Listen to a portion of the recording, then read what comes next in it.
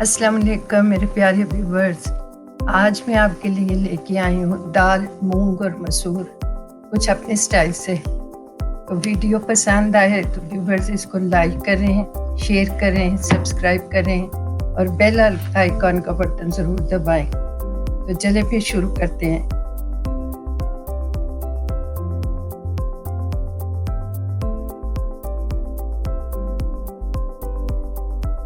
बिस्मिल्लाहिर्रहमानिर्रहीम। तो व्यूवर्स, ये मैंने 1 कप मूंग और 1 कप मसूर की दाल लेके उसको 2 घंटे के लिए गर्म पानी में सोख कर दिया था। अब मैंने इसको गैस ऑन करके पकने के लिए रख दिया है। इसमें मैंने 2 कप पानी के डाले हैं। ये हाफ कप चॉप टमाटर डाल दिए, लहसुन डाल दिया चॉप करके 1 टेबल स्पून तकरीबन।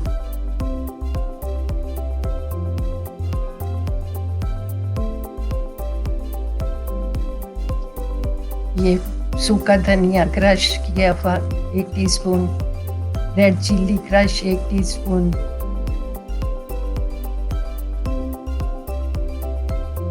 रेड चिल्ली पाउडर 1 टीस्पून,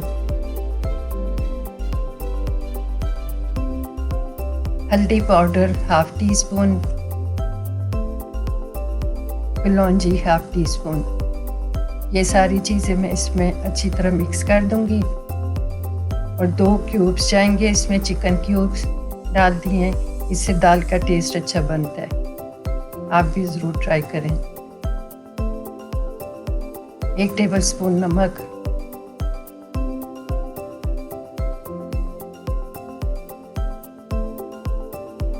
इसको अच्छी तरह मिक्स करके मैं इसको 10-15 मिनट के लिए दाल को गलने के लिए रख दूंगी। तो आप बीच में चेक करते रहें, मैं भी चेक करती रहूंगी इसको।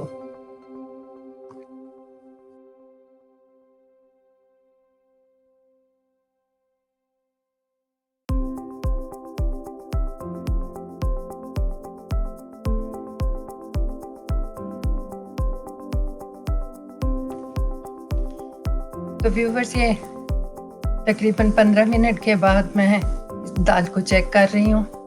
तो ये देखें, कुछ इस तरह अच्छी सॉफ्ट हो गई है 15 मिनट में। इसको आप प्रेशर कुकर में भी बना सकती हैं, मगर प्रेशर कुकर की सिर्फ 1 सीटी पे आपने इसको बंद कर देना होता है। तो दोनों तरीके से बन सकती है। ये दाल बड़ी जल्दी सॉफ्ट हो जाती है।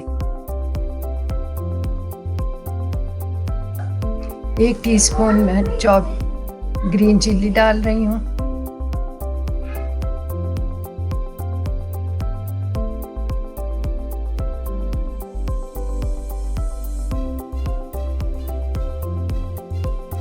तो व्यूअर्स, ये ग्रीन चिल्ली भी डाल के मैंने अच्छी तरह मिक्स कर लिया है। अब आप इसको बस चम्मच से लाती रहें और दाल को मिक्स करते रहें। ये आहिस्ता आहिस्ता पकती रहेगी और गाढ़ी भी हो जाएगी।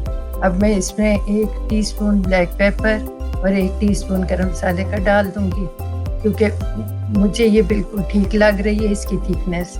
अगर आपको ज़रा ये पतली लग रही है तो इसको थोड़ा सा और पका लें। हम लोग चावलों के साथ खाते हैं इसको, इस वजह से मैं थोड़ा सा लिक्विड ही रखती हूँ।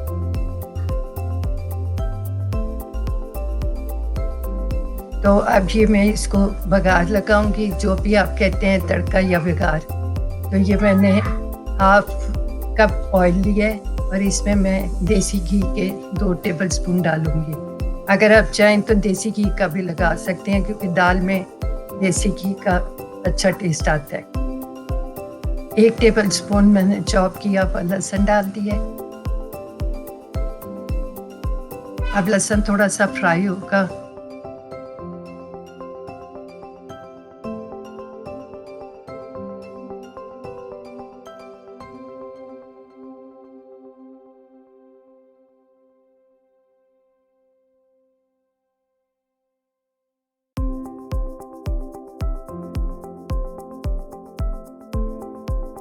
अब लहसुन गोल्डन ब्राउन सा हो गया है थोड़ा, तो मैंने इसमें रेड चिल्ली डाल दी है, होल साबुत रेड चिल्ली 3-4 अदद। इसको थोड़ा सा फ्राई करेंगे। अब 1 टेबल स्पून ज़ीरा जाएगा, साबुत ज़ीरा। इसको 1 मिनट के लिए फ्राई करके तो अब ये दाल के ऊपर बघार लगा देंगे।